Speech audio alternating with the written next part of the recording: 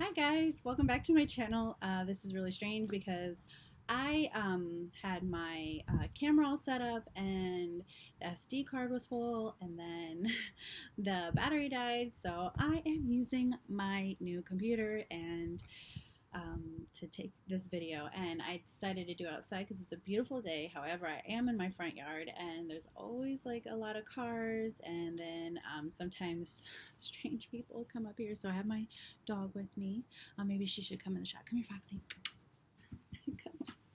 There she is. Oh, sweet thing. Sweet thing.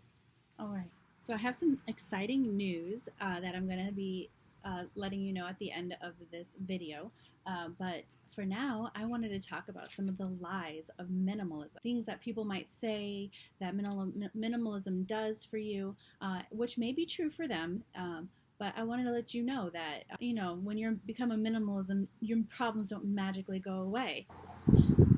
The first lie is that it gets rid of anxiety. This is like one of the biggest things that draw people to minimalism, is thinking that their anxiety is just going to disappear. However, that's not the case. I think if anxiety is there, it's going to be there. It might be part of your personality, or it might be something else that you might have to work through on your own. So I had an audience. It made me feel really uncomfortable.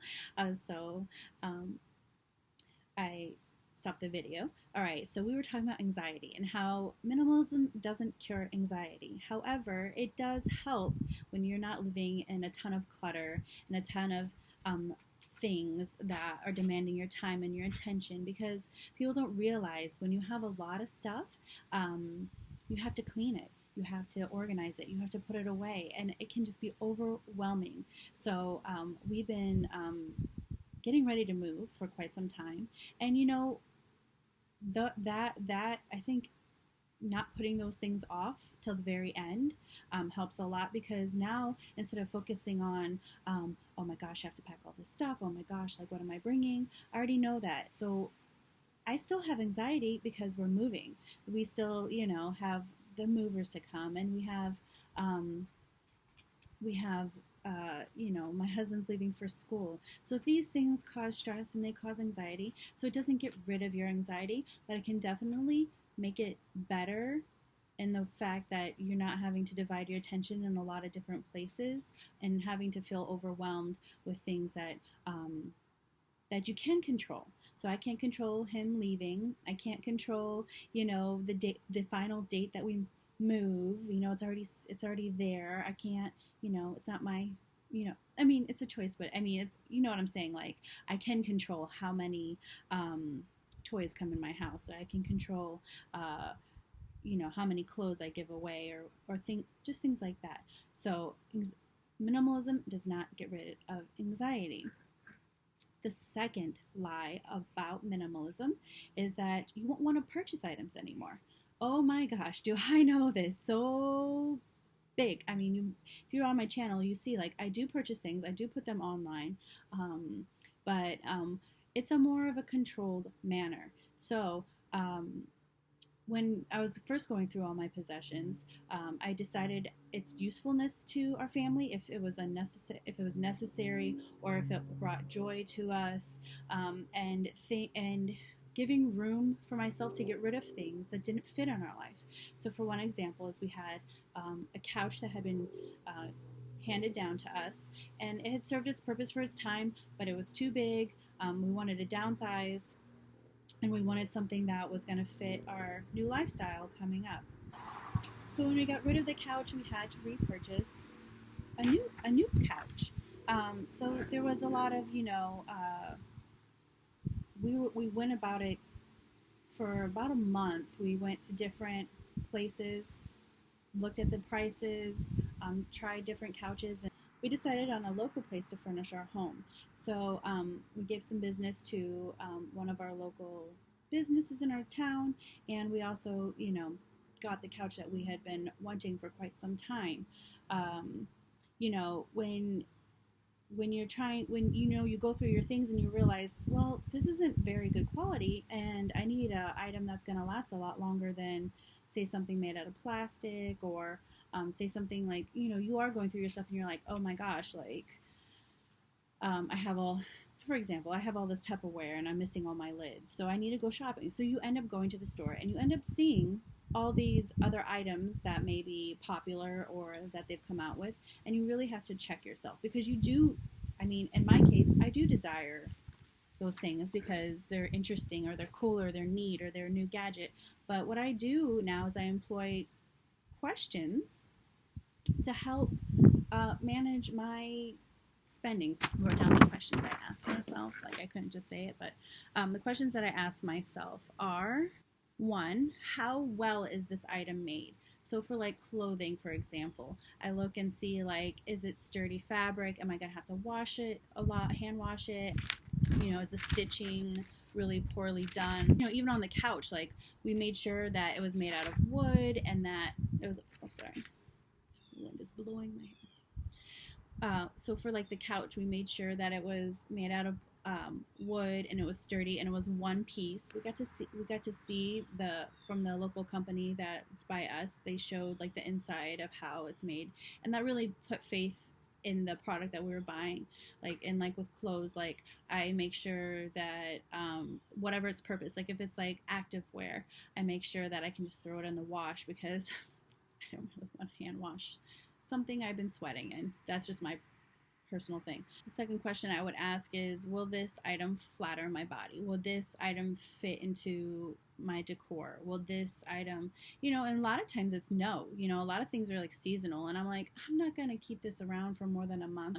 Why am I going to find a space for this to fit in my home for another 11 months? So when I buy things, I try to buy with in mind that I can reuse it for the rest of the year.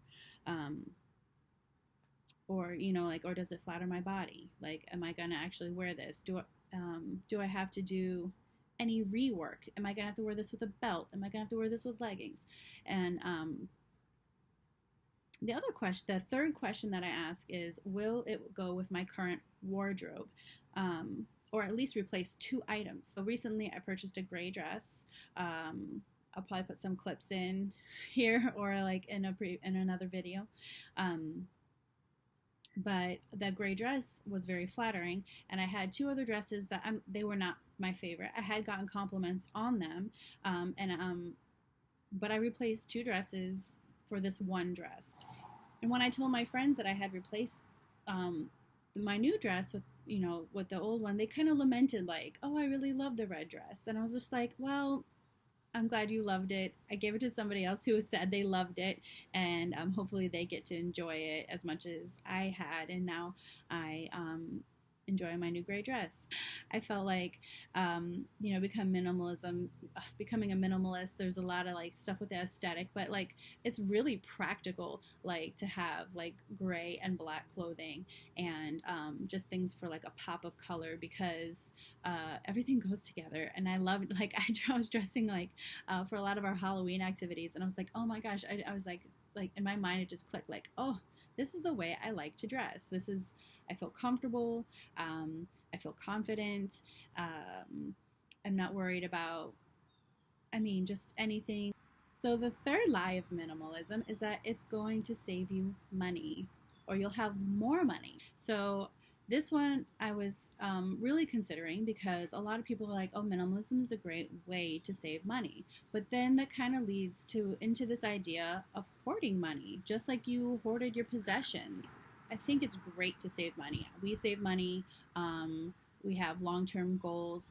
But for like the short-term things that you might have spent on buying, plates for Christmas, or new placemats or things like that, instead of buying those things, that little money could go towards something else. And for my thing that I like to do for myself that makes me feel good is I like to go get my nails done. When you're questioning things in your life, when you become a minimalist, you have to question every single piece of item you own: clothing, your pots and pans, your dishes, your silverware, your rugs, your carpet. Everything. You have to determine whether or not it's useful in your life and what its purpose is. Does it bring you joy? Is it a necessity? Things like that. So those questions are really great, because they keep you from repurchasing a lot of things that you maybe not need. If you do have a want and you purchase it, great. But like for us, we try to do a one in, one out, or I like to do two out. But, you know, my husband's like totally on board with, he bought a new t-shirt. Guess what? Donated the old one because he doesn't need any more than the ones that he has, and he won't wear any more than the ones that he has. So moves on. But so say I'm like, I question what is it that I really want out of my life? And for me personally, I really love flying.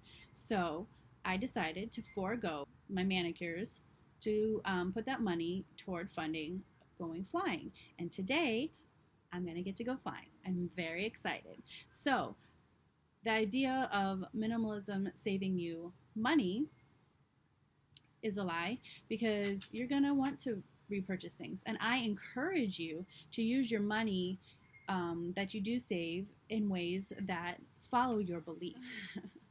I want you to live your dreams. So some of the things that I want to do, like if there's something if you always want to be more giving, maybe give some more of that money that you would use on the frivolous things, give it to charity, go back to school, take a pottery class, or in like my case, I'm going to go flying. So that's more important to me as part of living my life, because I want you to live your life to the fullest. I don't want you to hoard all your money to yourself, after you've done your savings, but take the money you've saved and make your life better. Quit spending it on stuff that really doesn't matter. Like, I love getting my nails done, but it's not going to make me live my best life. My best life is doing the things that I love, and that's traveling and flying and spending time with my family. And by saving money, I don't have to work as much. So I want you to live your best life. I want you to get out there. I want you to go back to school. If you wanted to be an artist, go back to art school. You wanted to take up hiking, or you wanted to become a photographer, or if you ever wanted to do something in your life that you had a passion for but you weren't ever able to do before. Minimalism can be a gateway to that, but it's not going to necessarily save you any money, because you're going to end up spending money on doing something you love, but it's worth it. And this channel talks about a lot of things, and we do a lot of stuff, and I'm probably going to do different segments on things. These will probably be my minimalism segments, but overall, our favorite thing in the world to do is travel.